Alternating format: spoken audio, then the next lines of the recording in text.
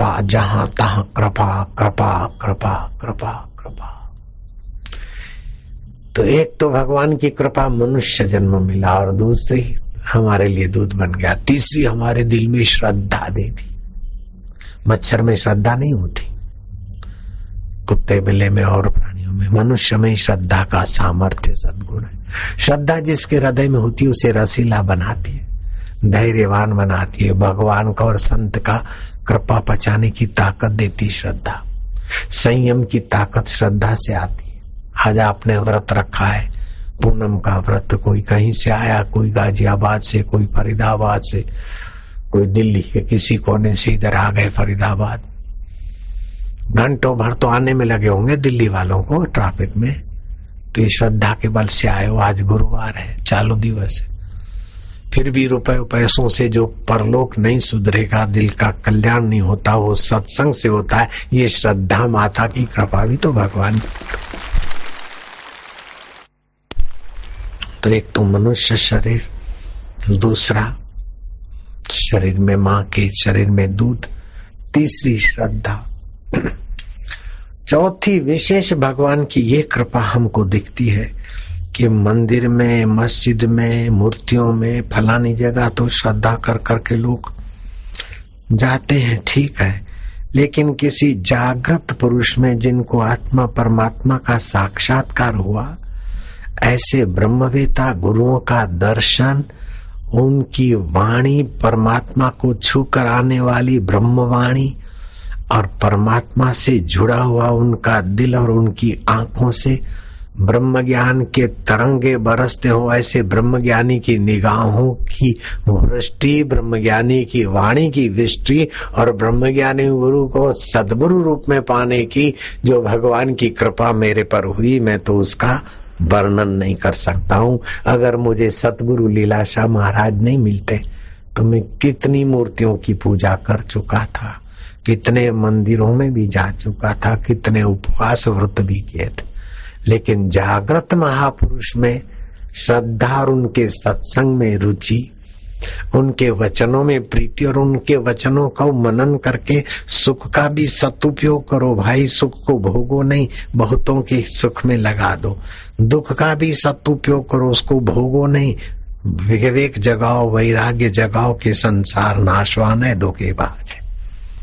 सुख की लालच छोड़ो, दुख का भय छोड़ो। ये ज्ञान सत्संग से मिला था।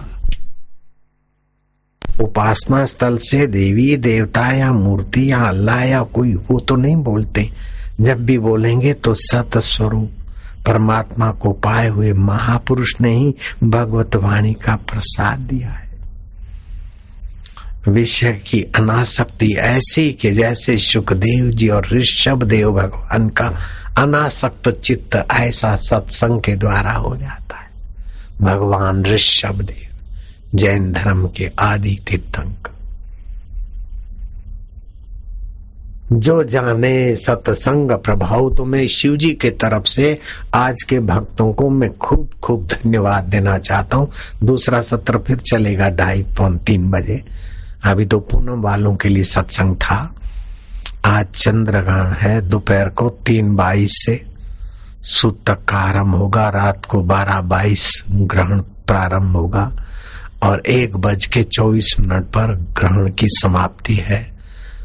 इस समय अगर 12:22 से 1:24 तक आप जगते रहें, श्वासोश्वास में जप करें, भगवान को प्रार्थना करें कि तू विवेक दे दे। विवेक क्या है कि आत्मा की अमरता और जगत की नश्वरता का ज्ञान।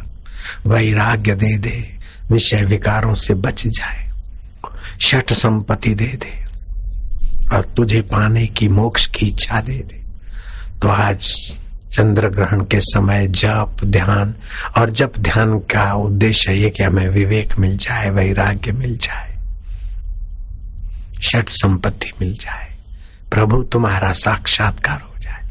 तुम्हारी कृपा के दर्शन तो होते, अब तुम्हारा साक्षात्कार हो जाए। इस भाव से आज जप करना। 12:22 से रात को 12:22 से ग्रहण प्रारंभ होगा, ऐसा लिखा है। आज दोपहर को 3:22 से सूतक लगता है, उसके पहले पहले खाना खाने की। मैं छुट्टी कराऊंगा 2-5 मिनट में। चलो अलाउंसर।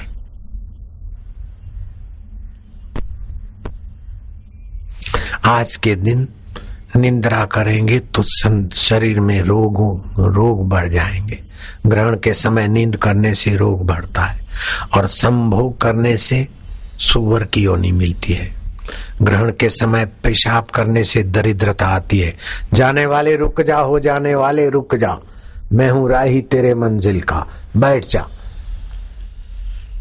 ग्रहण के समय पेशाब करने से दरिद्रता आती है और ठगाई करने से सर्प योनि में भटकना पड़ता है। ग्रहण के समय शौच में जाए, लेट्रिन में गया तो कृमि रोग से फंस जाएगा। और ब्रह्म ग्रहण के समय हत्या किया तो नारक के जीवों की योनियों में किसी जीव जंतु की हत्या न हो। ग्रहण के समय भोजन और मालिश करेंगे तो कुष्ठ रोग होगा। इसीलिए ग्रहण के समय आज निद्रा न हो तो अच्छा है। चलो अलाउंसर बोलो भाई। माल्या